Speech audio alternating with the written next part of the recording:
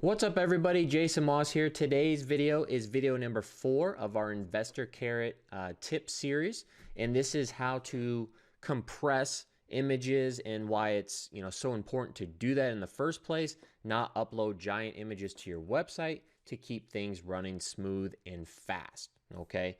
Once again, if you've watched video number 1, 2, and 3, my wife Danielle is going to go over everything with you, walk you through all the how-tos and why you should be doing it in the first place. Okay.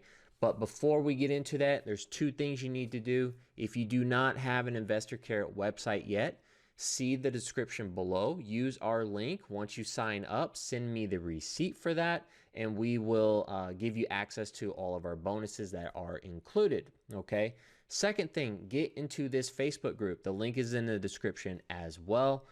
Join this group. This is for Investor Carrot users only. We go over a ton of different things, tips and tricks. All of these videos are in here as well.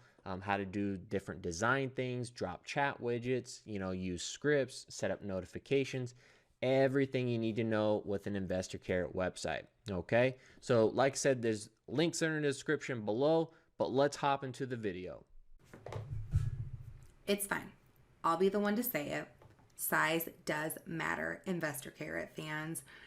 As much as I want to make a "that's what she said" joke, we're going to stick to the actual topic at hand. And what we're talking about are the images that are on your website, specifically the size of your images.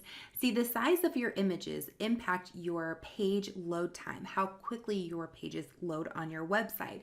Google doesn't like it when your pages load really slow. And the number one cause of slow load speeds, you got it, large images. So let's talk a little bit about how this happens with Carrot, how you can test it, and then how you can correct the issue.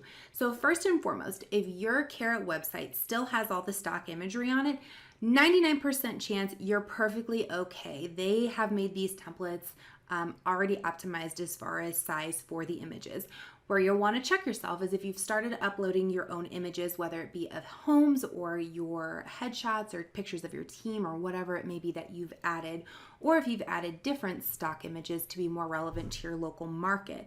That's when things get a little bit tricky, and you may or may not have compressed those images to make them a size that's compatible with your site. So there's a website you can go to, and this is the one that we specifically like to use. It is Google's PageSpeed Insights, and we already went ahead and ran a test on this one. Nothing super big glaring at us. It ranked a great score. So again, we always want to check against Google because they are, for lack of better terms, the ones in control here. To get a little bit more in depth on the breakdown or to understand where you may be having an issue with a specific image, we also like to go to this gtmetrics.com.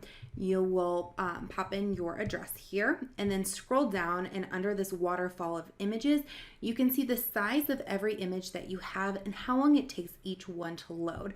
Again, our website still has all the stock imagery on it from Carrot Setup. We haven't put any personal images or changed out any stock photos. But if there were anything in here that we're going to say would be over, say, 500 kilobytes, you'd probably want to go ahead and take that image and compress it just to make sure that it's not going to impact your page load speeds. So if you need to compress an image, this is our favorite site to go to, and it's actually the first one that comes up when you Google compressing an image, and that's compresspng.com. The reason we like this one is because whether you have a JPEG or a PNG, you can toggle back and forth and make changes here to the file that you're wanting to upload. So we put in a test image here, went ahead and uploaded it. It automatically did a compression on it. And then if you come down here, you can compress it even further. It shows you what you're compressing it down to.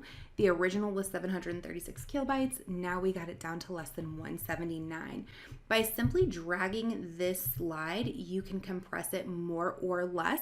You'll notice a very fine change. You'll eventually kind of find a breaking point. See if I go all the way down, it'll distort it past the point of recognition, but we can get this one pretty low and it still looks great. This is a fabulous size, super small, and will work wonderfully on the website. You just go ahead and hit apply, and then you can download that compressed image and put it on your website. Again, this is one of those things that Google's really particular on. They're very big on user experience, and slow page load times hinder that user experience. Let me ask you the last time you waited more than a couple seconds for a website to load. Chances are you didn't. You hopped off and went for a different result. Don't let that be you. It's so important to go ahead and refresh and update some of the content on your website. But in doing so, just make sure that you're compressing those. One thing we notice that happens a lot specifically are logos. If you have your logo created by a graphic designer, they tend to send very large files. Go ahead and compress that before uploading it to your site. Same thing with any type of professional photography or even your iPhone, guys. These phones take such incredible pictures nowadays that you really do need to compress them before uploading them to your site. Of course, if you have any questions, drop them in the comments below. Let us know what your page load speed was, and if you ran into any crazy surprises when you were taking a look at that. We'll see you in the comments.